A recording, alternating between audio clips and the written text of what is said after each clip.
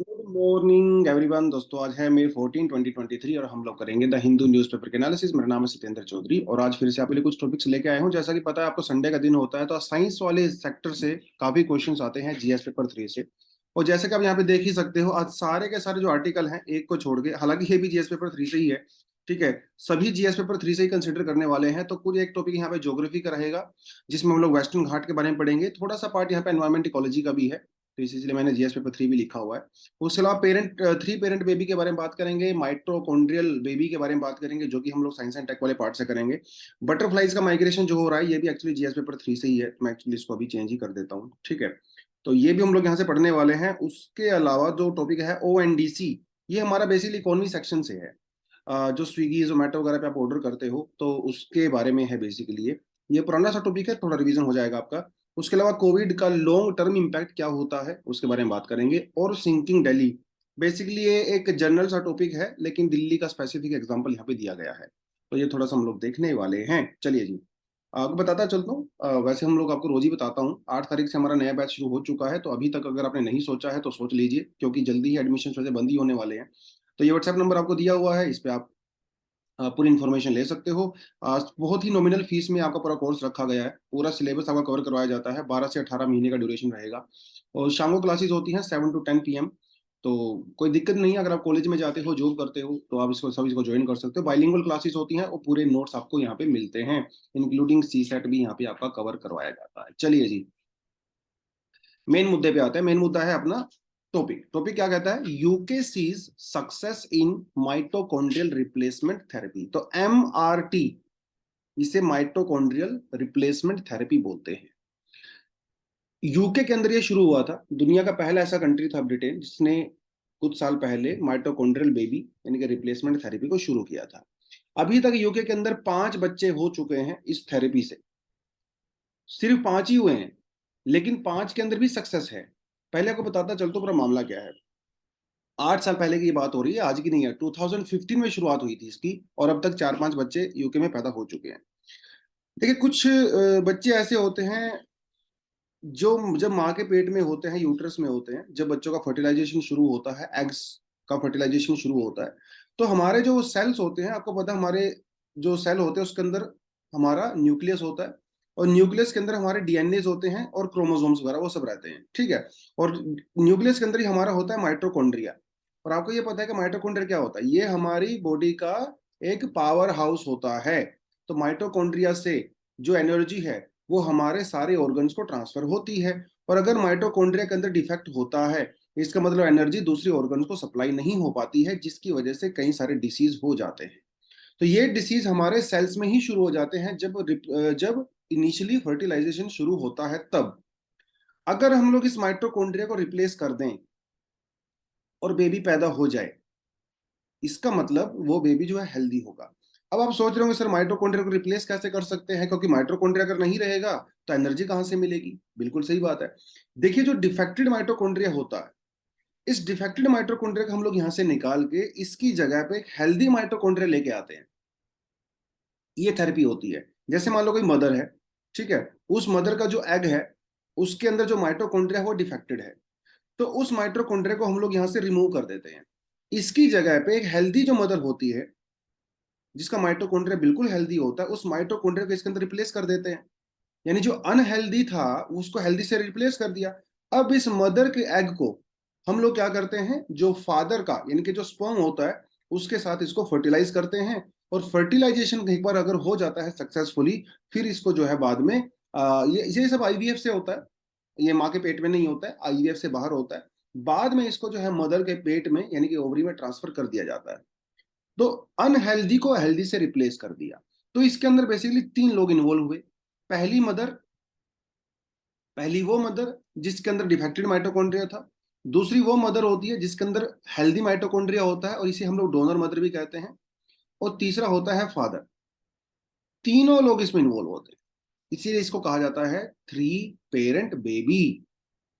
और इस टेक्निक को जो है मैटरनल स्पिंडल ट्रांसफर भी कहते हैं। मैटरनल मतलब मदर की तरफ से जो ट्रांसफर होता है, in which maternal DNA is put into the egg of a donor woman, ठीक है। Which is then fertilised using the father sperm. ठीक है, इस तरह से होता है। Mitochondrial disease are long term disease, genetic disease, often inherited disorders, मतलब जो मदर से ही आते हैं, फादर से आते हैं, उसे इनहेरिटेड जो है हम लोग डिसऑर्डर्स कहते हैं। तो इसीलिए जो है इसको यूज किया गया था। ठीक है, तो बस इतना ही आपको पता होना चाहिए। अभी यूके के अंदर 5-6 बच्चे पैदा हुए हैं पिछले 7-8 सालों में, जिसे वो अपनी काफी सक्सेस रेट मान रहे हैं। और यूके के अंदर अगर आप देखें तो इसने लिखा हुआ है, यहाँ पे डेटा दिया हुआ है, 1 in 6500 babies in the UK is born with mitochondrial disorder. इतने बच्चे पैदा होते हैं वहां पे। ठीक है, अलग अलग तरह के डिजीज हो सकते हैं, हार्ट रिलेटेड डिजीज हो सकते हैं, लिवर रिलेटेड हो सकते हैं, रेस्पिरेटरी प्रॉब्लम्स हो सकती हैं। तो आईयूएफ से जो बच्चे पैदा होते हैं, मतलब माइटोकॉन्ड्रियल से, तो वो बच्चे काफी हेल्दी पैदा होते हैं। ठीक है, ये इस पूरी की पूरी जो है यहाँ पे सिचुएशन मैंने आपको अपने तरीके से बता दिया है। अगर आप पढ़ लोगे तो भी अच्छा है, नहीं पढ़ोगे तो भी अच्छा है, समझ में आपका ही गया होगा। तब यहाँ पे क्लियरली देख सकते हो, ये एक नॉर्मल माइटोकॉन्ड्रिया होता है हेल्दी मदर का, ये एबनॉर्मल माइटोकॉन्ड्रिया होता है। ठीक है, इसमें से हम लोग जो ये अनहेल्दी वाला होता है, इसे हम लोग रिमूव कर देते हैं, और ये वाले को फिर हम लोग बाद में आपस में फर्टिलाइज करते हैं। इस फर्टिलाइजेशन वाले को फिर बाद में हम लोग ओवरी में ट्रांसफर कर देते हैं, जो जो मैंने आपको बताया। लेकिन इससे कुछ रिस्क भी हैं। कुछ लोग मान रहे हैं कि भाई इसे इसे डिजाइनर बेबी पैदा होंगे, मतलब ये नेचर के साथ कहीं ना कहीं छेड़खानी ही तो है ना। आप, एक नेचुरल प्रोसेस होता है, उसके थ्रू सारी चीजें होती हैं। अभी आप हर चीज डिजाइन करने लगोगे, कल को डीएनए रिप्लेस करने लगोगे, एक्चुअली हो भी रहे हैं, क्योंकि हमारे जो डीएनए वगैरह होते हैं यही हमारी प्रॉपर्टी डिसाइड करते हैं। आपका हेयर कलर कैसा होगा, आपका दिमाग कैसा होगा, आपकी आईज का कलर कैसा होगा, आपकी हाइट कैसी होगी, डिसीज आपके कैसे होंगे, ये सब हमारे डीएनए से, सीक्वेंस से डिसाइड किया जाता है। तो हम अपने डीएनए का सीक्वेंस चेंज कर सकते हैं। अगर कल को मैं चाहूं कि मेरा जो बच्चा है वो उसके अंदर ये फाइनल ये प्रॉपर्टीज होनी चाहिए, तो वो प्रॉपर्टी आप अपने बच्चे के अंदर डाल सकते हो, लाइक ए डिजाइनर बेबी। तो एक बुफे जैसा है, इस बुफे में बहुत सारे फूड आइटम्स हैं, जो आपको पसंद है आप उसमें से उठा लीजिए। तो ये जो टेक्नोलॉजीज वगैरह हैं, इसमें कहीं ना कहीं ये एक नेचर के साथ साथ भी जो है आप छेड़खानी कर रहे हो, और ये इसमें बहुत सारे जो है एथिकल और मोरल इश्यूज भी आते हैं, है ना। मतलब एक थोड़ा सा बियॉन्ड आपको इस न्यूज के बारे में मैं बताता चलूं। जैसे कल को मान ले after like 40 years, 30 years, 50 years, जब ये टेक्नोलॉजी बहुत नॉर्मल हो जाएंगी, अभी तो बहुत नॉर्मल नहीं है ना, अभी तो इनिशियल स्टेज में है। तो सपोज 50 साल के बाद 2080 में ये जो है बहुत नॉर्मल टेक्निक हो गई, तो डिजाइनर बेबी कौन पैदा करेगा? वो तो अमीर लोग पैदा करेंगे, क्योंकि वही लोग उसको अफोर्ड कर सकते हैं, गरीब आदमी तो अफोर्ड नहीं कर सकते हैं। तो अमीर आदमी जो सोसाइटी में ऑलरेडी बहुत टॉप पे बैठा हुआ है, अब उसके बच्चे भी डिजाइनर पैदा होंगे भाई। उसके बच्चे एक तरह से सुपर ह्यूमन पैदा होंगे, उनका आईक्यू लेवल बहुत जबरदस्त होगा, उनको बीमारियां नहीं होंगी, उनकी लॉन्जिविटी भी बहुत ज्यादा होगी। तो अल्टीमेटली जो रिच और पुअर के बीच में जो गैप है, जो सदियों से चला आ रहा है आज से नहीं है ये, हजारों सालों से चला आ रहा है, तो ये और भी ज्यादा बढ़ जाएगा। ठीक है, तो ये एक थोड़ा सा फिलोसफिकल और थोड़ा सा एथिकल इश्यूज भी है। ठीक है, इस पूरे मामले में चलिए। अब break in the Western Ghat. Break in the Western Ghat, देखिए वेस्टर्न घाट को हम ना दो तरीके से ब्रेक में यूज करते हैं। पहला जो ब्रेक होता है हम लोग मानसून के टर्म में यूज करते हैं, है ना। मानसून के अंदर ब्रेक होता है, तो वो भी हमारे वेस्टर्न घाट के अंदर ही होता है। देखिए, ये हमारा वेस्टर्न घाट है, ठीक है।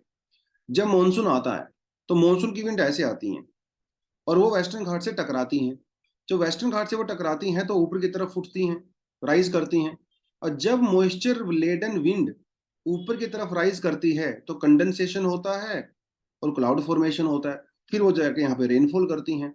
तो इफ यू सी, जो वेस्टर्न साइड ऑफ वेस्टर्न घाट है, ये वेस्टर्न साइड ऑफ वेस्टर्न घाट जो है, आप इधर देख लीजिए, जितनी भी सिटीज आती हैं यहाँ पे, उनके अंदर बहुत ज्यादा रेनफॉल होता है, 250 सेंटीमीटर से ज्यादा होता है। यूजली हम लोग ये कहते हैं कि वेस्टर्न घाट जो है वो एक कंटिन्यूस रेंज है, लेकिन जो ईस्टर्न घाट है वो डिसकंटिन्यूस रेंज है। वेस्टर्न घाट और ईस्टर्न घाट जहां पे मिलते हैं उसे हम लोग नीलगिरी कहते हैं। ठीक है, लेकिन वेस्टर्न घाट के अंदर भी कुछ पासिस बने हुए हैं। आपको पता है पासिस क्या होता है? माउंटेन के बीच में गैप होता है बेसिकली, ठीक है, जिसमें से कोई रिवर वगैरह फ्लो करती थी पहले इनिशियल टाइम में, आज भी करती हैं। इसे हम लोग पास कहते हैं। यूजली हिमालय में आपने देखा होगा, हमारे पास जोजिला, बारालाचाला, रोहतांग पास, है ना, बहुत सारे पासिस हमारे पास हैं। ऐसे ही वेस्टर्न घाट के अंदर भी कुछ पासिस होते हैं, यहाँ पे इसको घाट कहा जाता है। ठीक है, घाट भी कह सकते हो, पास भी कह सकते हो, जो आपका मन करे कह सकते हो। तो ऐसा ही एक पास है वेस्टर्न घाट के अंदर, जिसका नाम है पाल घाट। क्या नाम है जी? पाल घाट। उस पाल घाट के बारे में जो है आज का आर्टिकल यहाँ पे दिया हुआ है। पाल घाट की लोकेशन आपको मैं दिखाता चलूं, ये देखिए इधर हमारी आती है नीलगिरी हिल्स, जहां पे ईस्टर्न घाट वेस्टर्न घाट मीट करते हैं। इससे नीचे आती है अपनी अन्नाईमुडी रेंज, फिर नीचे आती है कार्डेमम हिल्स, साथ में हमारे यहाँ पे आती है ये देखिए वरुशनाद हिल्स, और यहाँ पे आती है पालिनी हिल्स। ठीक है, तो ये है आपका पाला घाट। पहले तो आपको ये पता होना चाहिए, ठीक है, लोकेशन आपको पता होनी चाहिए। इसके नीचे अन्नाईमुडी रेंज आती है, ऊपर नीलगिरी रेंज आती है। पूछ सकता है आपसे लोकेशन। उसके बाद आपसे ये पूछ सकता है कि पाल घाट जो है वो क्या करता है। पालघाट बेसिकली हमारी दो सिटीज को आपस में ज्वाइन करता है। एक है आपकी कोयम्बटूर और दूसरी आपकी पलक्कड़। तो पलक्कड़ और कोयम्बटूर के बीच में को जोड़ने वाली जो सड़क है, जो रेलवे लाइन है, वो बेसिकली पालघाट से होके गुजरती है। ऐसे ही हमारे पे और भी घाट हैं। हमारे पास थाल घाट है जो मुंबई और नासिक को जोड़ता है। ऐसे ही हमारे पास भोर घाट है जो कि मुंबई और पुणे को जोड़ता है। ऐसे हमारे पास शेनकोटा भी है जो मदुरई और कोट्टायम को जोड़ता है। ये चार मेजर घाट होते हैं आपके वेस्टर्न घाट के अंदर। पहली बात तो ये। उसके अलावा कुछ कुछ लोकेशन आप यहाँ पे देखिए। Doda Betta is the highest peak of Nilgiri. Anamudi is the highest peak of Anamalai. देखिए ये अन्नायमलाई हिल्स है ना, इनके अंदर जो हाईएस्ट पीक है वो है अन्नायमुड़ी, अन्नायमलाई हिल्स के अंदर। नीलगिरी हिल्स के अंदर जो सबसे बड़ा है वो है डोडा Betta. Doda Betta is the second highest peak of South India. Anamudi is the highest peak of South India. ठीक है, एक तो ये छोटी छोटी चीजों को पता होनी चाहिए, प्रीलिम्स के परस्पेक्टिव से पूछ लेता है। उसके अलावा अगास्ती मलाई is the highest peak of cardamom hills. देखिए इसका नाम ही कार्डेमम हिल्स है क्योंकि यहाँ पे बहुत सारा स्पाइसेस खासकर कार्डेमम ग्रो किया जाता है ना। तो एक अपनी बात आता है शिंकोटा घाट। ठीक है, शिंकोटा घाट की लोकेशन मैंने आपको दिखाई दिया था। शिंकोटा घाट जो है वो किस किस को आपस में कनेक्ट करता है। शिंकोटा घाट मदुरई को और कोट्टायम को। ये सबसे नीचे आता है आपका शिंकोटा घाट। तो कई बार ना आपसे वो लोकेशन ही पूछ लेता है, नॉर्थ टू साउथ वगैरह वो सब करके। ठीक है, तो पाल घाट यहाँ पे आ गया, शिंकोटा घाट यहाँ पे आ गया, और ये आपका इधर से आ जाता है भोर घाट। तो ये थोड़ा सा नॉर्थ टू साउथ भी आपको थोड़ी सी चीजें पता होनी चाहिए। तो ज्योग्राफी के परस्पेक्टिव में एक्चुअली आपको कभी अच्छे से लोकेशंस पता होनी चाहिए, ताकि वो कहीं भी क्वेश्चंस पूछ ले तो आपको आसानी से उसको कर सकते हो। ठीक है, अब ये आपके ऊपर डिपेंड करता है आप अपनी स्टडी को कितना एक्सटेंड करना चाहते हो। तो ये चीजें हो गई। लेकिन जो मेजर चीजें हैं जो इस आर्टिकल के अंदर कही गई है वो क्या है, वो थोड़ा आपको मैं बताता चलता हूँ। एक तो ना कल इलेक्शन का रिजल्ट आया है कर्नाटक में, तो मोस्टली आर्टिकल उसी के आसपास घूम रहे हैं। हाँ, तो ये वेस्टर्न घाट के अंदर जो गैप है जिसे हम लोग पाल घाट कह रहे हैं, ठीक है, इसके बारे में आर्टिकल है। क्या कहता है, ये 40 किलोमीटर का गैप है। ऐसा नहीं है 2-3 किलोमीटर का नहीं है भैया, 40 किलोमीटर का है। इसके अगर आप देखेंगे, एक तरफ आती है नीलगिरी, हमने अभी देखा, और एक तरफ आती है अन्नाईमलाई हिल्स। और ये दोनों हिल्स काफी ऊंची हैं। मतलब एक तरह से देखिए एक तरह का वैली टाइप का है। इस तरह से एक तरफ नीलगिरी है और दूसरी तरफ अन्नाईमलाई है, और इसके बीच में से जो है हमारा पालघाट जाता है। और इस पाल घाट के अंदर एक रिवर फ्लो करती है जिसका नाम है भारत पूजा रिवर। क्या नाम है जी, भारत पूजा रिवर। भारत पूजा रिवर के बारे में खास चीज पता क्या है, ये ऑल सीजनल रिवर है। 12 महीने इसमें पानी रहता है। क्यों रहता है, क्योंकि इसको मानसून के दौरान भी पानी मिलता है, और जो विंटर मानसून होती है जो तमिलनाडु के अंदर बारिश करती है, उससे भी इसको पानी मिलता है। तो इसलिए जो है ऑल सीजनल रिवर होती है। ठीक है, कोयम्बटूर और पलक्कड़ को जोड़ता है, ये हमने आपको बता ही दिया। पाल घाट के बारे में खास बात पता क्या है, इसकी वेजिटेशन। यहां पे मिलता है आपको ड्राई एवरग्रीन फॉरेस्ट। आप सोच रहे होंगे सर ये ड्राई कैसे हुआ अगर ये एवरग्रीन है तो। अब भैया एवरग्रीन तो मोइस्ट होता है, लेकिन नहीं, ड्राई भी एवरग्रीन हो सकता है, जहां पे विंटर और समर दोनों टाइम में उसको पानी मिलता है, लेकिन पानी इतना ज्यादा भी नहीं मिलता है कि वो मोइस्ट हो सके। तो यूजली जो नॉन मॉनसूनल सीजन होता है उसमें इसको थोड़ा कम रेनफॉल मिलता है। तो इसलिए ड्राई एवरग्रीन फॉरेस्ट हमें पाई जाती है। बहुत इंपॉर्टेंट पॉइंट है प्रीलिम्स के लिए, पूछेगा आपसे वो। ठीक है, अब यहाँ पे ना अलग अलग तरह के फ्रॉक्स मिलते हैं। लेकिन ये पालघाट बना कैसे, ये भी एक अपने आप में मिस्ट्री है भाई। अभी तक तो मिस्ट्री ऐसी है, थोड़ा सा सॉल्यूशन क्या है मिस्ट्री का। जब इंडियन जो प्लेट है वो गोंडवाना लैंडमास का पार्ट हुआ करता था। अगर आपने कॉन्टिनेंटल ड्रिफ्ट थ्योरी नहीं पढ़ी है तो प्लीज आके पढ़ें। It was given by mister Alfred Wegener कि पूरी दुनिया जो है एक लैंड मास हुआ करती थी अराउंड 250 मिलियन ईयर्स अगो, है ना। उसे हम लोग क्या कहते थे, उसे हम लोग पेंजिया कहते थे। जब पेंजिया टूटा तो पेंजिया दो हिस्सों में टूटा। एक तरफ चला गया आपका अंगारा लैंड लोरेशिया, और दूसरी तरफ चला गया आपका गोंडवाना लैंड। तो ये गोंडवाना लैंड का पार्ट हुआ करता था इंडियन प्लेट। तो Indian plate, Australia, Madagascar, Africa, Antarctica, वो सब हमारे गोंडवाना लैंड का पार्ट हुआ करता था।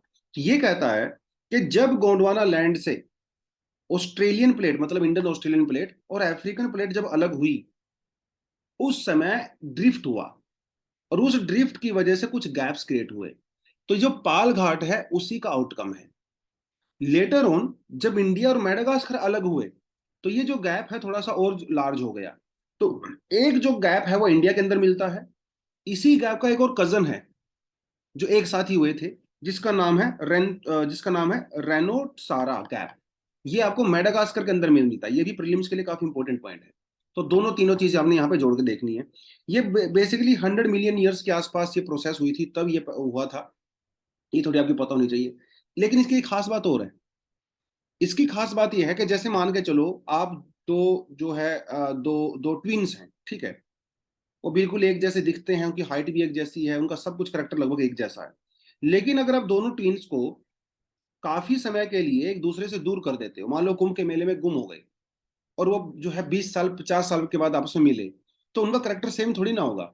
हालांकि वो पैदा एक ही टाइम पे हुए थे, उनके करेक्टर भी सेम हुआ करते थे, लेकिन अभी भी कुछ सिमिलरिटी रहेंगी ऑफ कोर्स, उनका हाइट वगैरह वो सब रहेगा, शक्ल वगल सेम रहती है, लेकिन करेक्टर चेंज हो जाता है। ऐसे ही एक तरफ हमारी नीलगिरी हिल्स है, दूसरी तरफ हमारी अन्नामलाई हिल्स है, और बीच में है आपका पाल घाट। 40 किलोमीटर का घाट है। तो जो फ्लोरा और फोना नीलगिरी में मिलते हैं, और जो फ्लोरा और फोना अन्नामलाई के अंदर मिलते हैं, तो दोनों के बीच में करेक्टर में थोड़ा सा चेंज होता है, क्योंकि बीच में जो है रिवर फ्लो करती है, तो इनकी आपस में बहुत ज्यादा इंटरमिंगलिंग नहीं हो पाती, बिकॉज दोनों के बीच में गैप आ गया। तो मिलियंस ऑफ ईयर से क्या हुआ, इस गैप की वजह से इनका जो फ्लोरा और फोना है उनके अंदर कुछ चेंजेस आपको देखने को मिलते हैं। जैसे एलिफेंट की इन्होंने बात किया, नीलगिरी की तरफ रहने वाले जो एलिफेंट्स हैं, उनके अंदर डीएनए स्ट्रक्चर थोड़ा सा डिफरेंट है दूसरे एलिफेंट के कंपैरिजन में जो अन्नामलाई या पेरियार सेंचुरी के अंदर रहते हैं।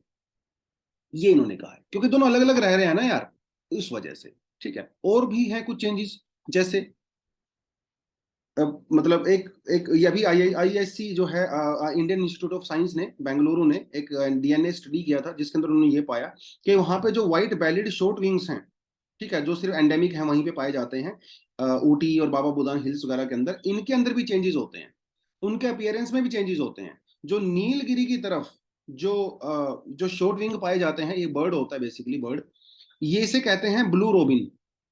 और जो अन्नामलाई की तरफ मिलता है उसे बोलते हैं व्हाइट बैलिड ब्लू रोबिन। तो थोड़ा में नाम में इनमें फर्क है, नीलगिरी ब्लू रोबिन और व्हाइट बैलिड ब्लू रोबिन। अगर आपसे पूछ ले एग्जाम में कि व्हाइट बैलिड ब्लू रोबिन कहाँ पाया जाता है, तो ये नीलगिरी हिल्स में नहीं है, ये अन्नामलाई हिल्स में है, इतना आपको याद रखना है। लेकिन नीलगिरी वाले में तो नीलगिरी लिखा ही हुआ है, तो ये तो बड़ा आसान होगा वहां पे करना, है ना।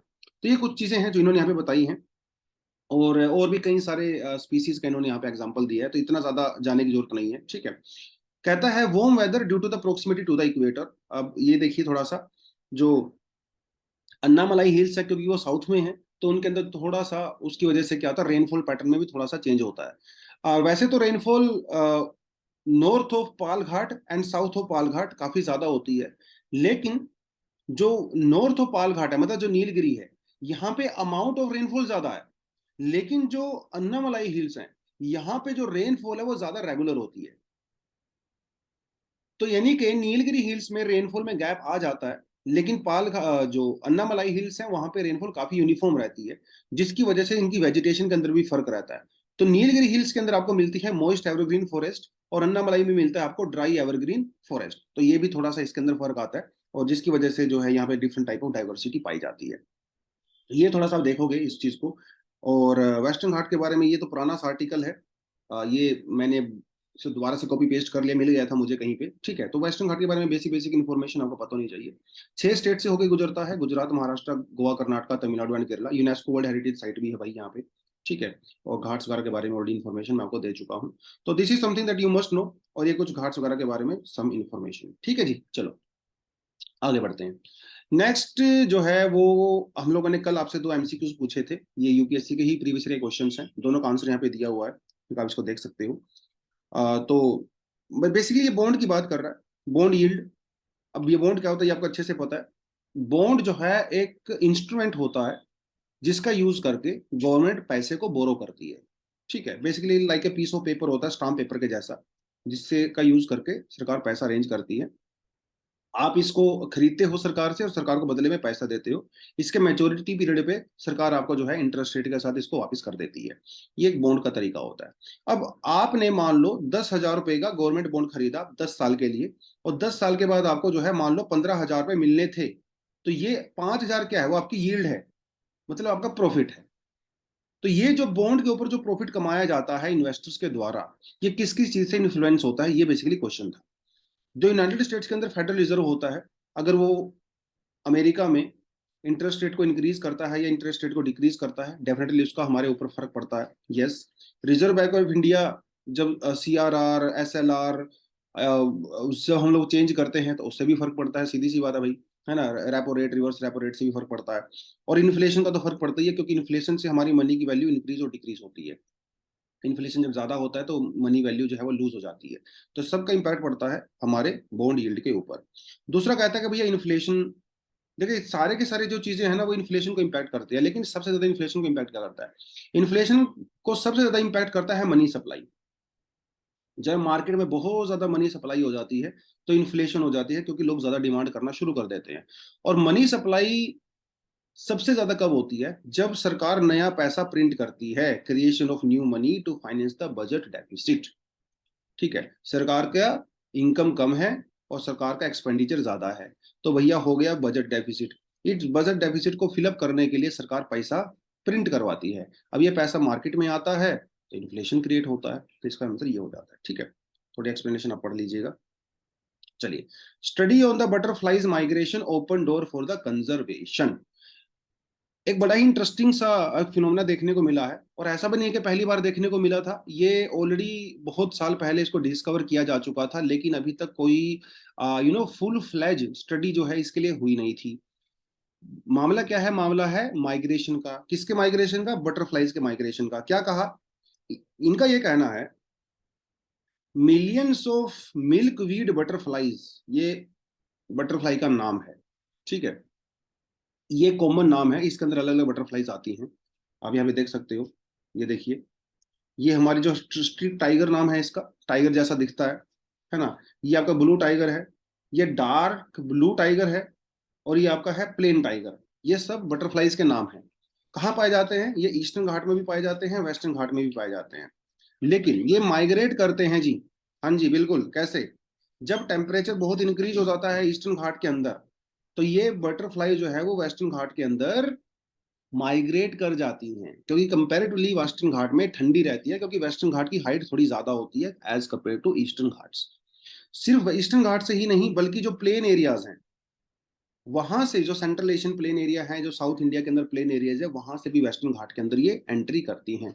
जब मानसून वगैरह शुरू हो जाता है, मानसून के बाद में जब थोड़ा सा टेम्परेचर जो है डिक्रीज होना शुरू होता है, तब ये वापस से ईस्टर्न घाट के अंदर चली जाती हैं। ठीक है, ये फिनोमिना जो है लगभग 100 साल पहले इसको डिस्कवर किया गया था, लेकिन अभी तक हमारे पास कोई ऐसा स्टडी नहीं थी। फाइनली जो है स्टडी की गई है और उसे पब्लिश करवाया गया है। जर्नल ऑफ इंसेक्ट कंजर्वेशन एक मैगजीन है, बेसिकली पब्लिशिंग करते हैं इस तरह की स्टडीज वगैरह, उसके अंदर ये किया गया था। अक्टूबर और अप्रैल के बीच में ये वेस्टर्न घाट में जमा होती हैं, इकट्ठी होती हैं, और फिर जो है वो ब्रीडिंग वगैरह जो जो कुछ भी होता है वो सब इनके द्वारा किया जाता है। ठीक है, तो ये कुछ नाम दिए हुए हैं इन्होंने बटरफ्लाइज के, और जैसे कि आप देख सकते हो ऊपर भी नाम दिए हुए हैं। ठीक है, हाँ बस इतना ही है, इससे ज्यादा कुछ इसमें ऐसा है नहीं, बस बटरफ्लाई के नाम आप याद रख लो, उतना आपके लिए सफिशियंट है। वेस्टर्न घाट के अंदर जो है ये माइग्रेट करती है। ठीक है, और बटरफ्लाइज बहुत इंपॉर्टेंट होती है, इसमें कोई डाउट ही नहीं है। बटरफ्लाई जो है वो पॉलिनेशन करती है ना। तो it's a basically complete interdependence of plant life and the animal life. तो ये पॉलिनेशन करती हैं, भैया हमारे प्लांट्स ग्रो करते हैं, प्लांट्स ग्रो करते हैं तो उनको फूड मिलता है। तो ये पूरी तरह से म्यूचुअल रिलेशन है आपस में, है ना। इकोलॉजी में आप पढ़ते हैं, जब बायोबायोटिक इंटरेक्शंस के बारे में पढ़ते हैं, उसमें हमारे पास म्यूचुअल रिलेशन आता है। तो ये जो बटरफ्लाइज होती हैं, जो इंसेक्ट होता है इनका, और फ्लावरिंग जो प्लांट्स होते हैं उनके बीच में एक म्यूचुअल रिलेशन होता है, क्योंकि दोनों एक दूसरे के ऊपर डिपेंड करते हैं। फ्लावर उनको फूड प्रोवाइड करवाते हैं, और ये जो इंसेक्ट्स होते हैं ये उनको पोलिनेशन में हेल्प करते हैं, है ना, मतलब रिप्रोडक्शन में हेल्प करते हैं। चलिए, ये बस थोड़ी सी चीज थी, और इसमें कुछ खास था नहीं। ONDC orders grow, India post gears up to join in. ONDC क्या है? ये है open network for the digital commerce. पुराना टॉपिक है, हल्का सा रिवाइज आपको करवा देता हूं। जैसे हमारे पास क्या है, जोमेटो है, ठीक है, हमारे पास स्विगी। अब जोमेटो को अगर आप ओपन करते हो तो उसमें एक रेस्टोरेंट की लिस्ट आती है।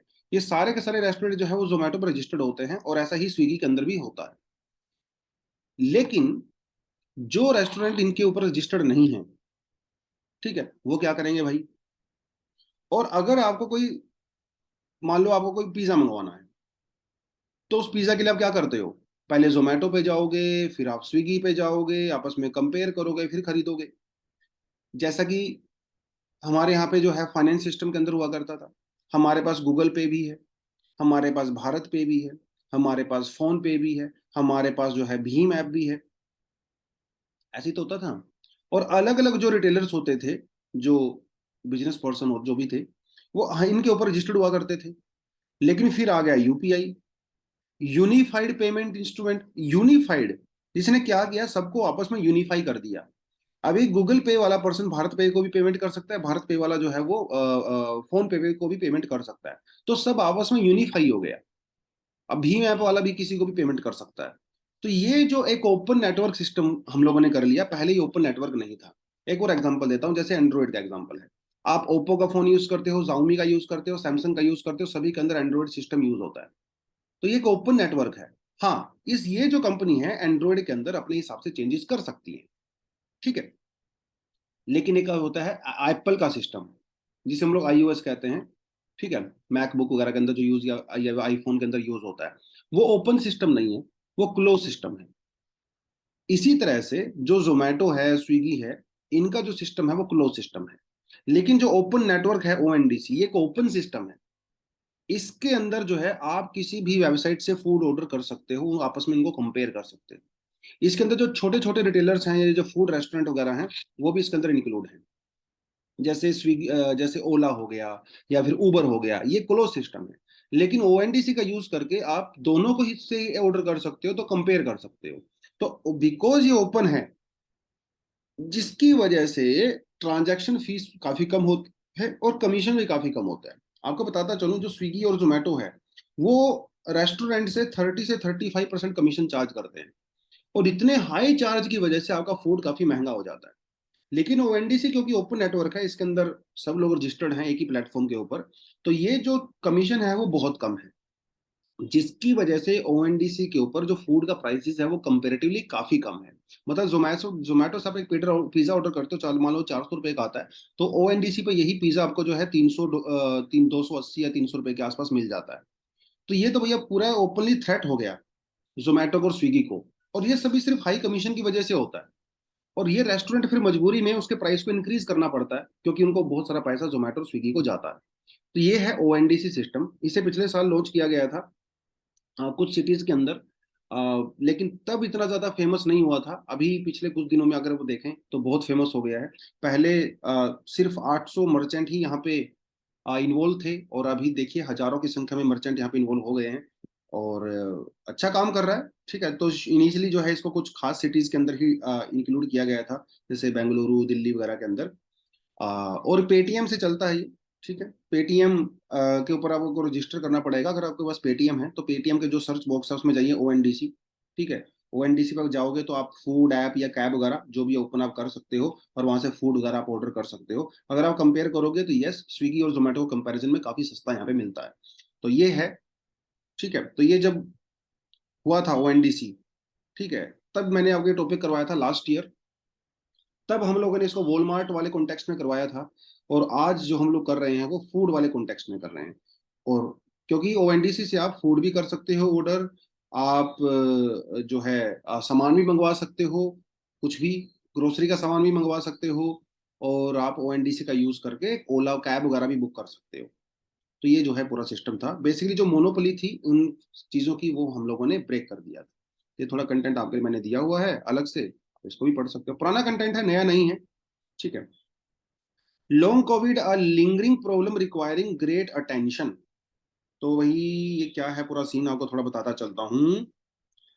हालांकि इस आर्टिकल में कुछ खास दमदार चीज है नहीं, बट फिर भी थोड़ा सा कोई पता होना चाहिए। लॉन्ग कोविड क्या होता है, जब आदमी का कोविड ठीक हो जाता है, ठीक है, रिजल्ट आपका नेगेटिव आ गया, आप रिकवर हो गए, उसके बावजूद भी कुछ सिम्टम्स जो हैं आपके अंदर रहते हैं, उसे हम लोग लॉन्ग कोविड कहते हैं। अभी स्टडी की गई एम्स के द्वारा, जिसने ये कहा कि कम से कम 10% लोगों में या थोड़ा से इससे ज्यादा लॉन्ग कोविड के केसेस जो है वो देखे गए। मतलब ठीक होने के बावजूद भी किसी को घुटने का दर्द रहता है, किसी को सर दर्द रहता है, किसी को बहुत जल्दी थकान हो जाती है। इसे हम लोग कोविड-19 के लॉन्ग टर्म इम्पैक्ट कहते हैं। ठीक है। केरला में स्टडी की गई जिसने ये कहा कि 62% of the long covid patients continue to remain unemployed even 10 months post infection. मतलब जब लोगों को इन्फेक्शन हुआ था तो उन्होंने जॉब छोड़ दिया था। ठीक होने के बावजूद भी लोग काम नहीं कर पा रहे हैं, because of the tiredness, because of breathing issues, है ना, अदर थिंग्स ऑल्सो। अभी हमारे पास कोई एज सच टेस्टिंग किट नहीं है जिससे ये पता चल जाए कि भैया कोविड-19 के लॉन्ग टर्म इम्पैक्ट है कि नहीं। हमारे पास कोई ऐसा सीटी स्कैन नहीं है, कोई एक्सरे नहीं है, कोई ब्लड टेस्ट नहीं है। तो इसकी वजह से टेस्टिंग नहीं हो पा रही है और लोगों को एंग्जाइटी भी हो रही है यहाँ पे, है ना। तो ये साइकोलॉजिकल इश्यूज भी क्रिएट हो रहे हैं इस लॉन्ग कोविड के इम्पैक्ट की वजह से। अमेरिका में भी इन्होंने कहा है कि 1/5 of the people in US also have long term covid impacts. ठीक है। और तो ये सब चीजें वहाँ पे हो रही हैं और इससे ज्यादा इसमें कुछ खास था नहीं। ठीक है। अगर आपको भी किसी को कोविड हुआ तो आपको भी शायद लॉन्ग टर्म इम्पैक्ट नजर आ ही रहा होगा। नहीं आ रहा है तो कोई बात नहीं, सब में नहीं आता है, 10-12% लोगों में ही आता है।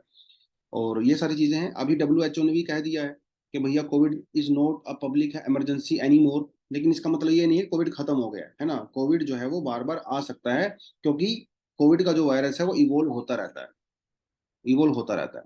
और यूजली लॉन्ग टर्म जो कोविड इम्पैक्ट है वो उन लोगों में ज्यादा नजर आता है जो ठीक हो गए थे लेकिन 3 से 5 महीने के अंदर दोबारा से इन्फेक्टेड हो गए हैं, बार बार इन्फेक्ट हो रहे हैं। ऐसे लोगों को ज्यादा इम्पैक्ट नजर आ रहे हैं कोविड के लॉन्ग टर्म इम्पैक्ट। ठीक है। तो वो सारी चीजें हैं जो इसके अंदर कही गई हैं।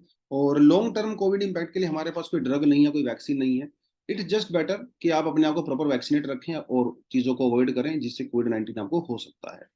प्रिकॉशंस आपको रखनी है बेसिकली। ठीक है, बस और इसमें कुछ नहीं है। चलिए,